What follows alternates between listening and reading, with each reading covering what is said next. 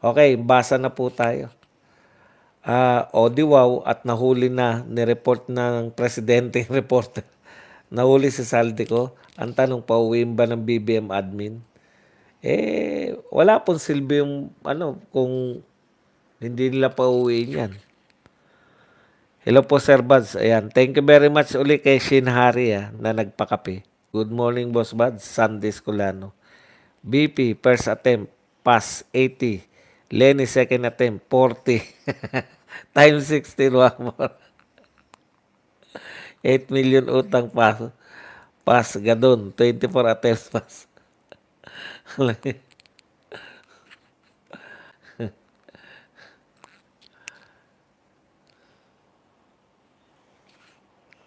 Boss Buds, papantay na ba yung mukha ni Tabingi pag sinampal ni BP Sara?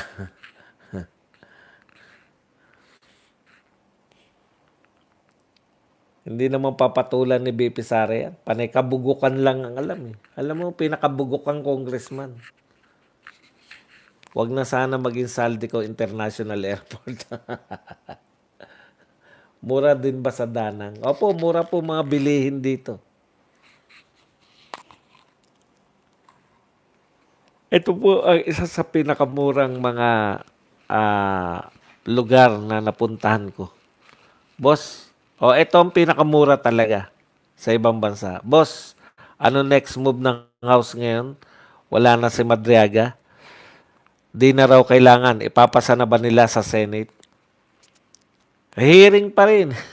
Ang susunod po nilang anong tawag dyan? Star witness si Trillanes na. Ang tanong ko lang kay Trillanes, sa totoo lang, ano ba, tauhan ka ba ni BP Sara? Ano ba papel mo kay BP Sara? Para ka tumistigo. Alam niyo po mga testigo, dapat may personal na alam.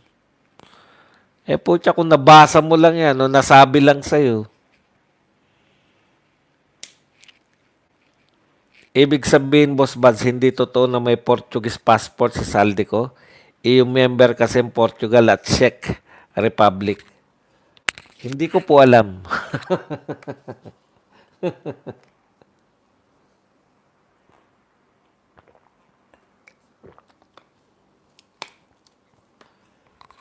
Antindi, no?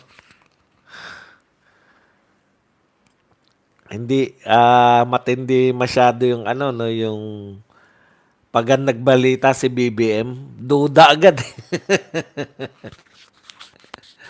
Dalawang hearing, 2 hearing pala, 3 hearing, April 29. Isang linggong episode ng Sadanang Mamamayan ng Pilipinas. Maraming salamat, Amik, sa 499 pounds na pangkape. Mga nakahubad lang ang kayang ipakulong ni John Vicky. Alam niyo po, totoo yun eh. No? Maangas naman talaga nun. Mayabang din naman si John Vicky. At ayaw niya po. Alam ko po yan eh. Ako kasi may kayabangan din ako. Kaya nayayabangan din ako sa mga mayayabang eh. Normal po yun. Kaya yabang na yabang siya sa mga Duterte. Kasi yung kayabangan niya, kung ikukumpara sa mga Duterte, malayo. Boss Bans, bakit walang makagaya sa sarapang lasa ng Reno liver spread? Di ba? Hindi ko po alam eh. Marami po nagtangka, 'di ba? May mga nagtangka po hanggang ngayon, mayroong mga liver spread eh. Iba po talaga yung Reno, no? Iba talaga yung Reno. Ewan ko lang, hindi ko po alam kung ano ang sekreto nila. Kasi hodang lahat na sila yung ginagano na lang. Reno, kailangan mo pa ng abrelata eh. Paano magiging supot si Baste? Jewish siya nanay niya. Number 1 na requirement ng Jewish ay magpatuli. Hindi lang po, kahit tayo, yung mga Pilipino, bihira po supot sa atin. Ako nga, napilitan na eh.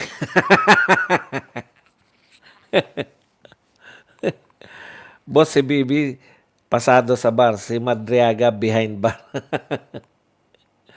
Boss Bas, good morning. Like mo Dan pindot na. Sunday Scolano, sira ulo lang maniniwala kay Trilling, puro panggulo lang yan. Sinungaling talaga tong admin, sabi may Portuguese passport. Paano naging undocumented part din ng Europe and Czech Republic? Kahit dito, Reno, gusto namin. Meron bang ano dyan? May mga anong tawag doon sa Reno?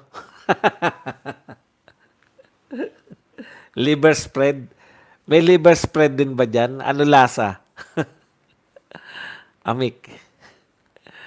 Maraming salamat sa padoble amik ha. 4.99. Alam nyo, nagugutom lang ako kaya ako bumangon din eh. Sabi ko, bukas na nga ako kaya lang pate. Ay, pate ba tawag dyan? Pate. Mahilig din pala sa macho si John Vic. Bakit sa baba ni Baste nakatingin?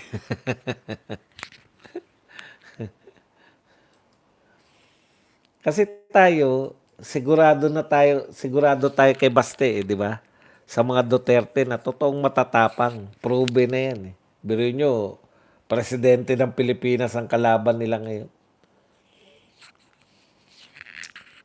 Pero sabihan mo ng supot, hindi ka naman naghamon na boxing tayo, ganun. Pangit lasa kahit corned beef dito, parang ipa.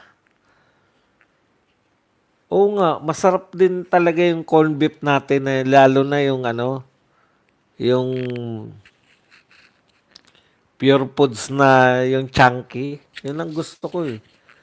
Pag nag-spaghetti ko, yun lang ang hotdog lang tsaka yun okay na eh. Pag Jewish Katolika, Jewish ang nanay ni Baste, gusto lang boso ni John B. May pagnanasa kay Baste ang kumag. O yan, katulad niyan, di ba? Yung sinasabi na, tama yun eh. Kung close ka kay BP Sara, hindi na kinakailangang idaan yan sa, anong tawag dyan? Fan grit palang tawag. Merong tawag dyan eh, yung fan greetings, di ba? Tatawagan ka na lang ni BP Sara. Oh, happy birthday sa'yo, Ramil. Putya, may ganun pa.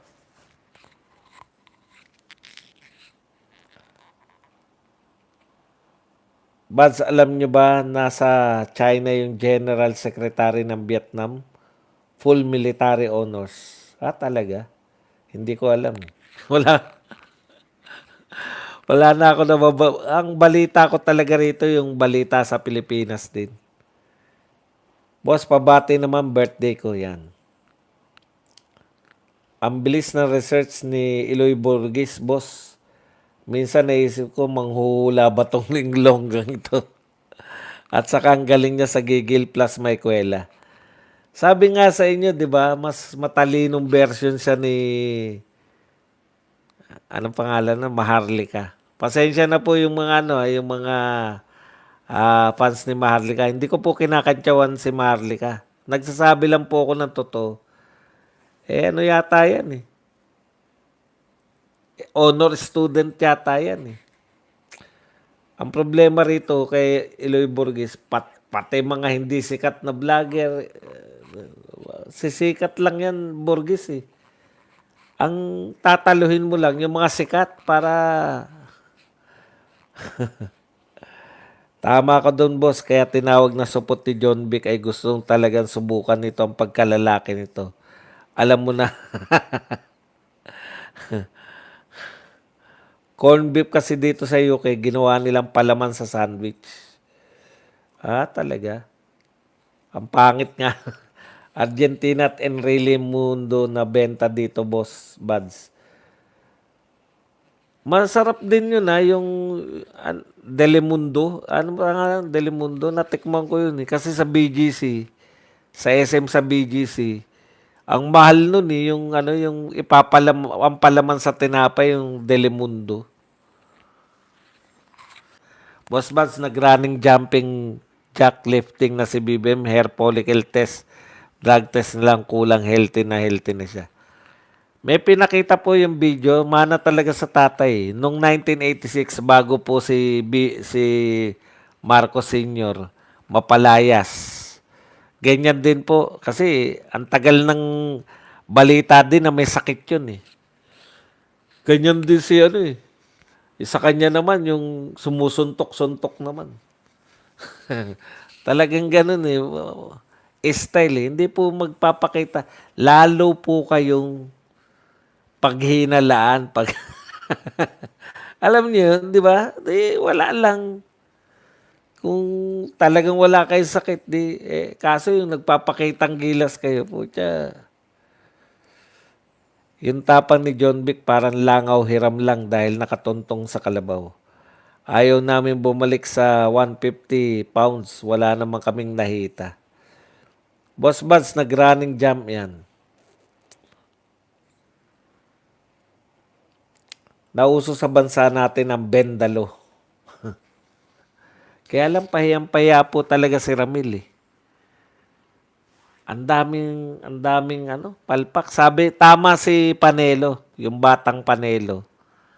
Trojan horse yan. Imbis na makatulong sa inyo yan, nakita nyo po yung epekto, di ba? Oh, lalo nakasira sa inyong impeachment kay BP Sara. Ang nakinabang po nito si BP Sara eh. Nauso sa bansa natin ang bendalo. Good evening, Kabadong, watching from Malta, Europe. Ayan, sino ba yon? Si Tira Sulo Palya. Pinulita kasi nila yung mga terror attack sa Europe kaya nangyari ang Brexit pero marami nagsisi sa pagkalas sa EU. T ay na Madriaga. Ramil pa naman ang pangalan ko. Ramil ka ba, Amik? Katukayo mo pala yan. Meron pang Trillanes na sundot kay Ramil. Ano po yung itetestimonya ni Trillanes eh? Hindi naman niya kaano-ano si BP Sara. Si Ramil Madriaga, kinakabit niya dahil close kami, etc. Alam niyo po, ang dami pong parallel groups pala ang tawag doon. Marami pong parallel groups na sumuporta kay BP Sara noon. Panahiring na lang, walang aksyon, walang kulong, Boss Buds.